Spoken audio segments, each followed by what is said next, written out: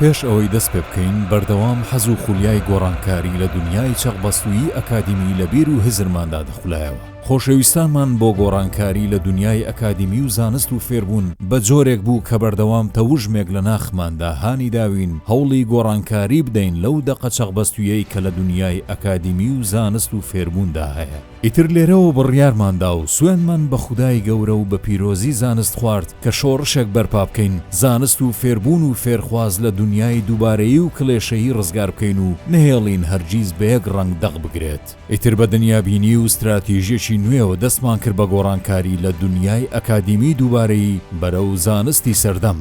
بۆ ئەم مەبەستەش یەکەم هەنگاو کە پێویست بوو بینین بنیاتنانی بنکەیەکی ئەکادیمی سەردەم بوو کە ئەویش بریتی بوو لە قوتابخانەیەکی ناوازە و پێشەنگ بە ناوی قوتابخانەی بان.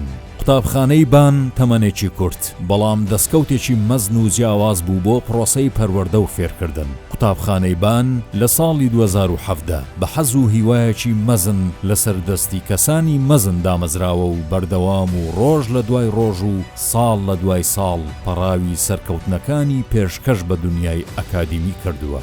قوتابخانەی بان سەرەتا تەنیا 12 فێرخوازی هەبوو بەڵام لە ساڵانی دواتر بە جۆرێک لقەکانی گەشەی زیادی کردووە کە ژمارەی فێرخوازانی بووە بە 531 فێرخواز کە ئەمەش گەواهیدەرێکی مەزن بووە بۆ سەرکەوتنەکانی. بێگومان لە قوتابخانەی بان تیمێکی دڵسۆز و بە ئەزمون و خەمخۆر لە بەڕێوەبەر و مامۆستا و کارمەندان یەک دەنگ و یەک ڕەنگ و یەک هێز بە استراتیژی زانستی سەردەم هەمیشە لەگەڵ فێرخوازان بوون و هانیان داون و باوەڕیان بە تواناکانیان هەبووە و بەردەوام هەنگاو بە هەنگاو لە هەوڵی دەرخستنی بەهرەکانیان بوونە بە جۆرەها تەکنیکی جیاواز.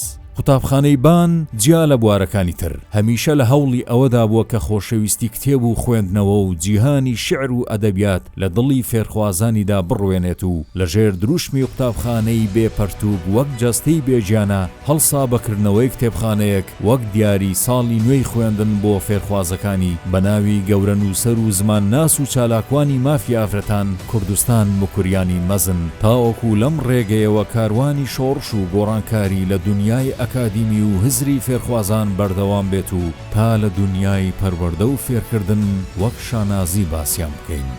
قوتابخانەی بان ساڵ لە دوای ساڵ بەرە و پێگەیەکی مەزنتر. باخچە و قوتابخانەی بان ماڵێک بۆ پەروەردە و ژیان.